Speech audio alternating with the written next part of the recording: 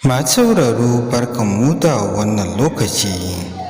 barkanmu da jimirin sake saduwa a cikin labaran da muke tafa da shi daga ƙasar ta Mali da Nijar har da Burkina Faso.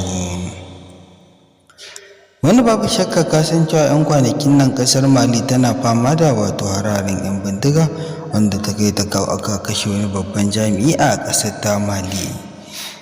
Wanda babu shakka wannan kasashe na yankin Sahel wanda suke fama da hararin 'yan bindiga da masu ikirarin jihadi, yanzu haka gwamnatocin sun tashi tsaye kuma sun ɗauki ƙwaƙƙwaran mataki akan wannan batu. Inda masu sauraro sai ka biyo ma ƙarshen wannan bidiyo namu domin ka ji abin da muke tafi da shi akan matakin da waɗannan sojojin CNSP a yanzu haka suka ɗauka na jamhuriyar Nijar da kuma ƙasar Mali har da Burkina Faso. Amma masu sauraro kada ka manta idan ya kasance mai shigo ka channel ɗin nan tamu ta farko da ka dangwala mana alamar subscribing sannan ka dangwala mana alamar ƙararrawar sanarwa domin takan ne za ka dinga samun labaranmu zafafa da dumadumin su.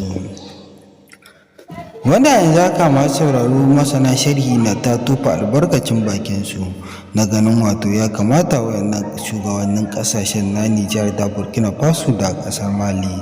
da Burkina Faso su tashi tsaye don ganin sun kauda wayannan harare.